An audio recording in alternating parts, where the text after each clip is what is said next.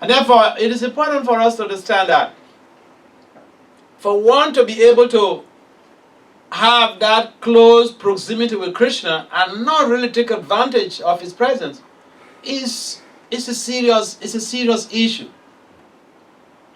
But the point is that we can't blame people if even they come around and they don't take to Krishna consciousness seriously. It simply implies that such people have not acquired the appropriate merit, where Lord Brahma describes as Krita Punya Punja. Heaps and heaps of pious merit will enable the devotee to appreciate the instructions of Lord Krishna and execute those instructions, and ultimately to be able to have Krishna's personal association. And so, carrying out instructions of Krishna is a challenging thing. We find in the case of Arjuna, Arjuna was making some arguments. He wanted to act based on his ideas. And so to have a guru or take shelter of somebody, it looks like a joke in Kali Yuga. A big joke. Because it means, Prabhupada would say, you have to be my dog. You have to act as my dog. I mean, it's like, someone has a dog, a pet, and,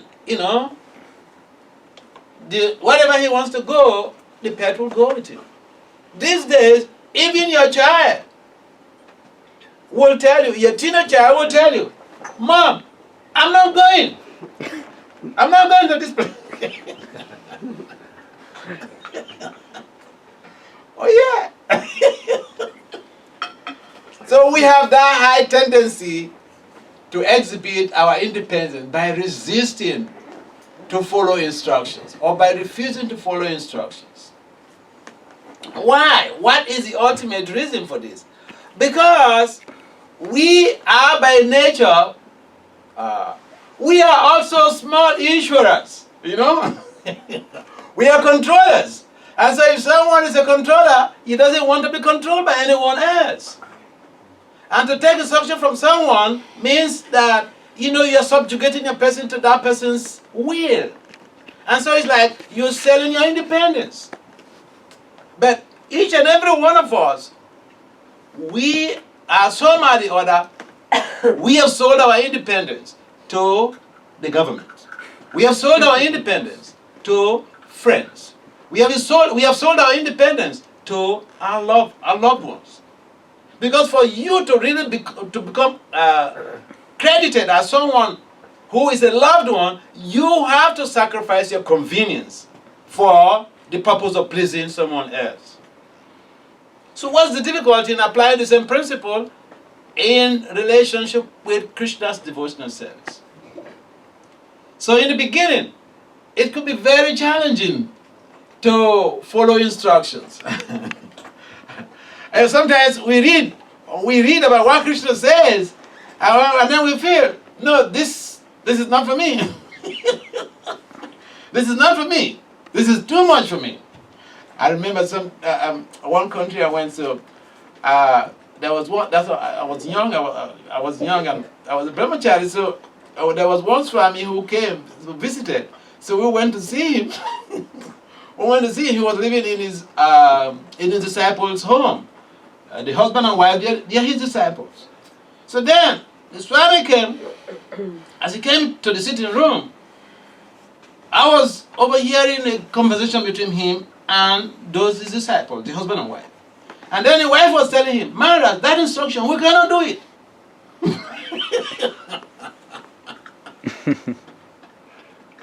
Oh yeah. So this is called lived experience. I've seen it myself. People say, no, I am not going to do it, Guru Maharaj. This is too much for me. But we look at the lifestyle. I mean, we look at the relationship of Prabhupada, or the relationship of Prabhupada disciples with him. And that is why they are glorious. And most of them, they will even jump into fire if Prabhupada wanted them to do it. And therefore, to carry out the instructions of the spiritual master, it's not a joke. But If even you are a close, intimate friend of Krishna, you're moving with Krishna, you're eating with Krishna, you'll be put to test in terms of carrying out, following instructions. I'll give you a typical example.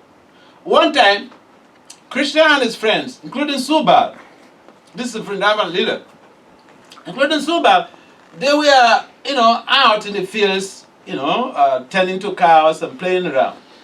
And now, from nowhere, Krishna told Subhie, Subhie, go and bring Radharani right now. I mean, it's like asking for a hen to pass stool without water, without urine. A hen and chickens, they pass stool and water at the same time. So asking Subhie to go and bring Radharani from Abhimanyo's home, and Abhimanyo's mother and the sister, and Abhimanyo's sister, they are the top class security agents for Radharani. But you know what? Subhie didn't say, well, my dear Krishna, this instruction you're giving to me, and you know that this is not possible, and you're telling me to do it. He didn't say so. He went. He left the crew or the group, and then he started heading to Radharani's Abhimanyo's home.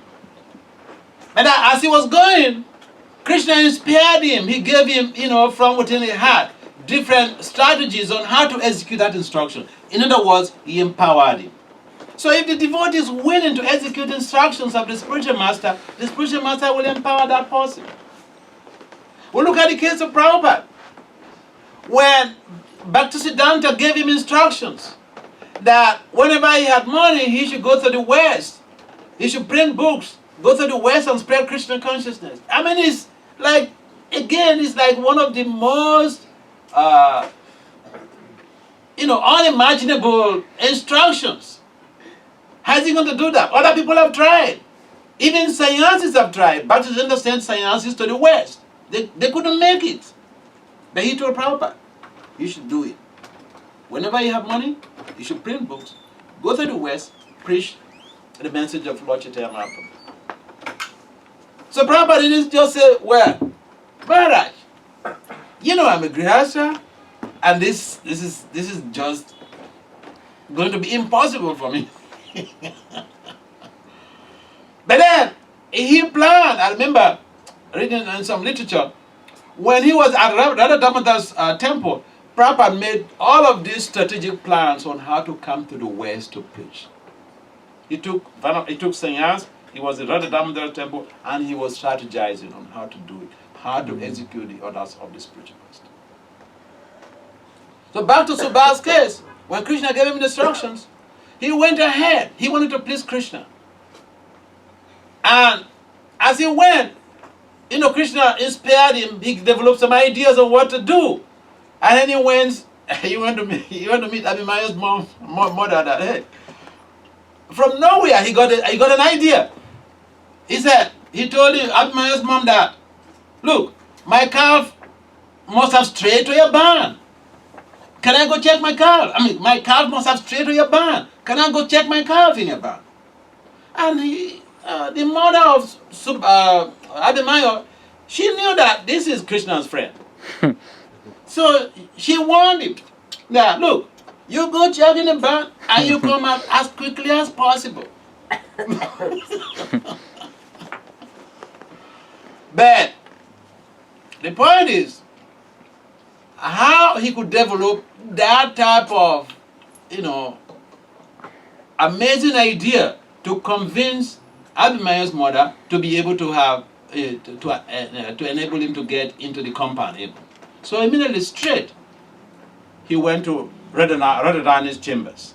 And he saw all of the gopis with her. And he said, how did you come here? How did you manage to enter this compound? He told his story that, look, this is what I told your mother-in-law. So then they strategized on how to execute the plan. And it's a long story because we have just a short time. So that the bottom line is that he was able to have access into that most difficult place or inaccessible place. He was able to have access to it, to be able to execute the orders of Krishna to please Krishna. And Prabhupada, when he got that instruction, he strategized, and after some years, he was able to come to the West to spread this Krishna consciousness, and that is how all of us are benefiting from Prabhupada's endeavor. Prabhupada's endeavor to satisfy or to execute the orders, in executing the orders of his spiritual master. Arjuna was making some arguments in the beginning, but then later he got purified by Krishna's mercy, and then he said, I am associated unto you. Whatever you want me to do, I'm going to have to do it. So Krishna wanted him to fight. And the fight has already been done. Krishna told him, look, you just do it and have the credit. So when the spiritual master gives us instruction, he actually wants us to have the credit. Someone else could do it. Why not? But then the point is that when we're given instruction, we should understand that this is the mercy of Krishna. This is the mercy of Prabhupada. This is the mercy of our spiritual master. And so, spreading the message of Godhead requires that we take instructions from the spiritual master. It might be your Diksha Guru, your Siksha Guru, or whatever. But execution of instructions have to be there. Otherwise, it is very difficult to make progress. Because whatever studies you are endeavoring for, you need to work on that some mental. And therefore, it is impossible to be able to attain the goal in Krishna consciousness without following the injunction of the Shastras in terms of working under the directions of the spiritual master. And so Krishna consciousness is very sweet, susukam aveyam, inexhaustibly juicy, but we find it difficult because we don't align with the instructions of the spiritual master. We don't allow ourselves to be used, to be empowered, to be used as instruments in the hands of Lord Krishna to be able to execute the will of the Lord. And so, here in this text, the essence of becoming involved in Krishna consciousness is actually to see how we are working under the dependence of the Lord. We may say, well, I'm an independent person, I'm 18 years old. I remember somebody I met in one temple. I asked, what's your name? He said he's freeborn. I said, there is no one who is free in this country, on this planet. So he just busted up laughing. So the bottom line is that we have to depend on Krishna. That is the vivid instruction given here. In all activities, just depend on me and work always under my protection. If we execute the instructions of Lord Krishna and the gift, it's just like a military personnel. He may be ordered by his general to execute someone, to kill somebody. He's not going to be accountable for that death. But if he was not instructed, if he does the things according to his own whims, even now, recently they were trying some military officer who was, he was in Afghanistan or Iraq or so. And there are some things, there are some rules you have to follow, even as a military officer. I think he killed somebody not in a line, not following the ethics of military performance. And so his own people, they reported, and then he was tried. And therefore, we have to understand that to be dependent on Krishna, that is what evokes the protection. If we do things based on Krishna's desire, we will always be protected. Look, today is Saturday, and a number of people they are in parties now. You are choosing to come to the Matchless Gift. You are choosing to come to this dam, to this 26th Avenue, to participate in Krishna consciousness. It means that you have made some sacrifice on behalf of for Krishna. You wanted to come and associate with the devotees, wanted to come and hear about Krishna consciousness, and so you forgo some other things that you could be doing tonight.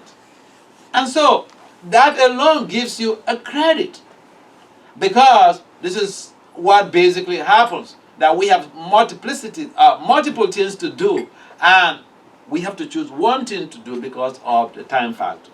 So when we choose Krishna in preference of other things, that shows that we have love for Krishna. We have love for Krishna and his message.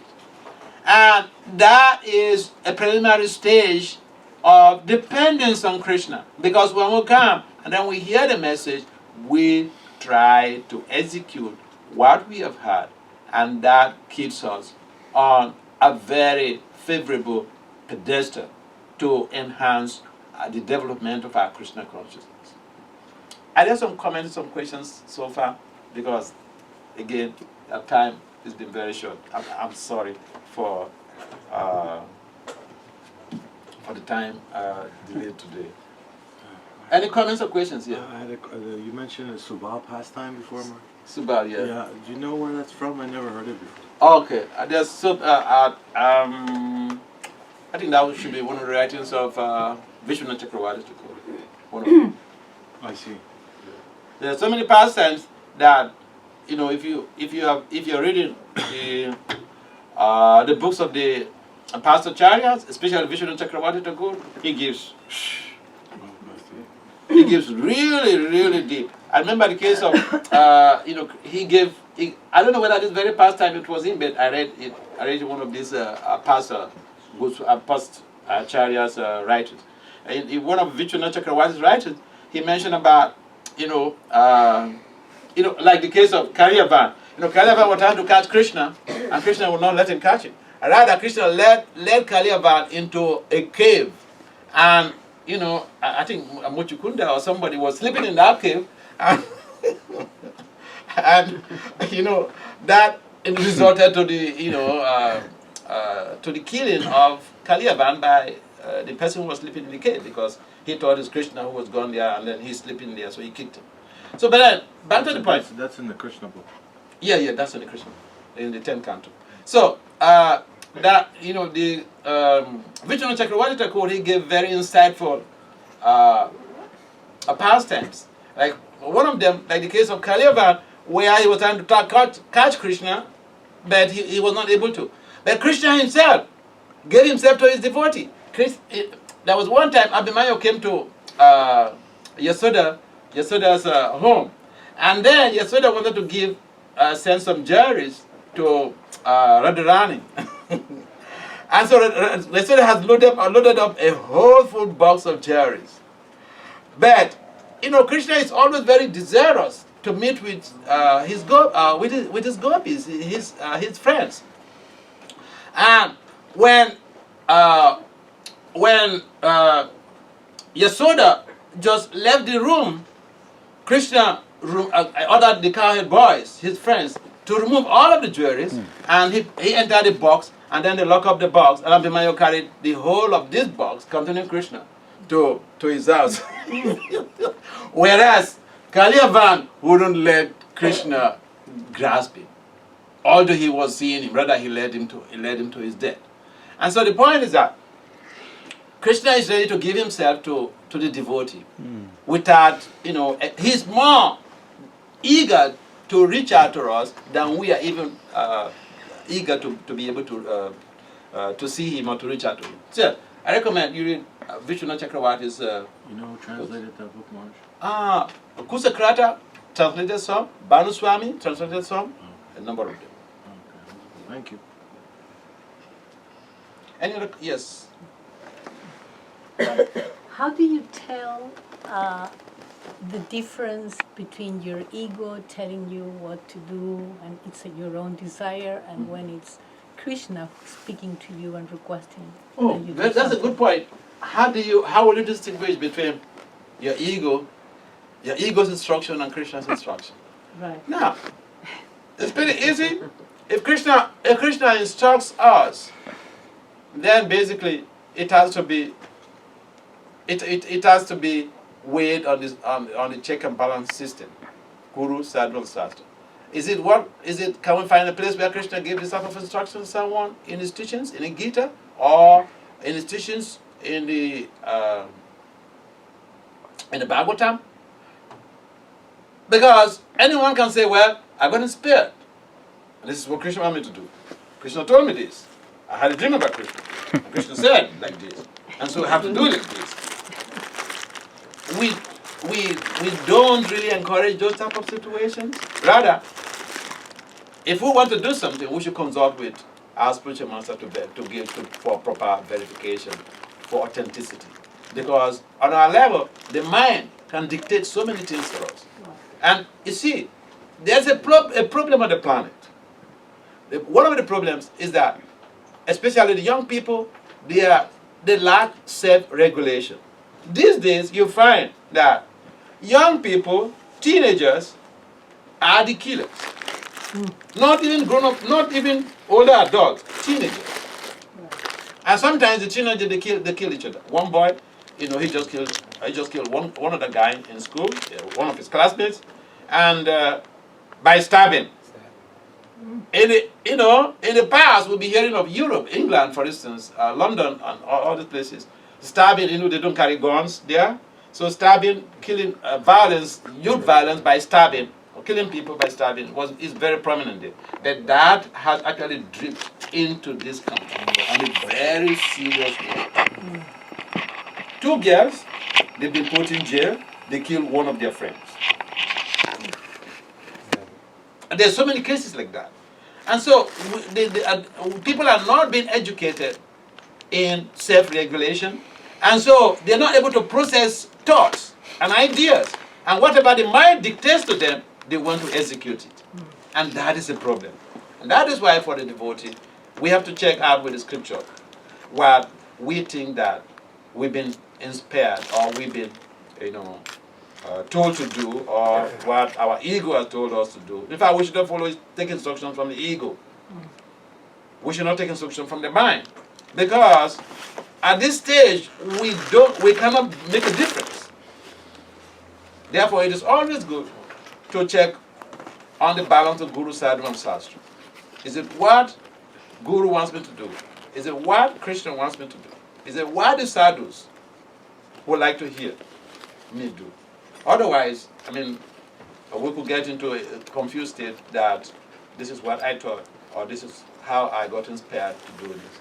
This happens in a number of spiritual organizations where there are no standards, and somebody just comes to say, I got inspired to do this. Or I had God told me this. And all this stuff. Hear that a lot. So thank you, Sinead. So I think that we have to stop here. There's one more question. Huh? Maybe there's one more. Okay, any other questions? Anyone in the back? They want to say something? I wanted to ask some, yeah. This is my first time, so what would be your advice for someone who is here for the first time? Someone who is here for the first time, my advice to that person is, after the class, you should have a chit chat with, Subhie. And so that she could create a relationship. See, when you come to a place and you create a relationship, a number of things that you will want to know, they automatically come. Because if I start to talk to you officially, oh, he's a speaker, he's a Swami, and you may not be able to, let me know what the best way to help you. Therefore, creating a relationship is a preliminary stage of the preliminary advice that I could give to someone who is coming to our temple for the first time. So you're very much welcome. And Subhie and Atma, they've been running this place for many years, and she will be in a very good position to help, to advise you what books you need to read and how you should be able to channel your energies. But in general, this is New York, and New York is full of passion. Sometimes we think, I have a passion for this, and we think that this is amazing. Wow, you're so passionate. There's nothing wrong in having a passion, but what's your passion for? What's the passion for? So, yeah, Krishna consciousness gives us, a broad view of how to channel our energies in a very positive way to create a sustainable positive change in our personal lives and in our family lives. And I think we should close it. You want to make another comment, Mara? No. It's fine. I'm going to compensate for next week, because next week also I'm coming, right? That's right, Mara. Yeah, I'm going to compensate for next week. So I'm sorry, today is just it's a short time yet. Sometimes you plan your way, and men propose, material energy disposes. Imagine I bought a train at 4:25 to try to come here. But it was short but sweet anyway. The class was short but sweet. Okay, thank you. I got to what do you call it? Penn Station at I think 5:36, and then someone told me, "Oh, take this train. The other train is not available today." The weekends. So this is a weekend. That The train is trains not are very available. bad. So there's a lot of confusion in this country. People just give you direction in the wrong way. I said I'm looking for this what do you call it? F train. F train, and Oh, the weekend they have trains. anyway. So again, thank you all of you for coming to participate in this Krishna consciousness. I'll see this place as your home. And we know everyone is busy, but when you find time to come to associate with devotees, that gives you a lot of social, spiritual, and intellectual leverage. Thank you very much for coming. Hare Krishna. Hare Krishna.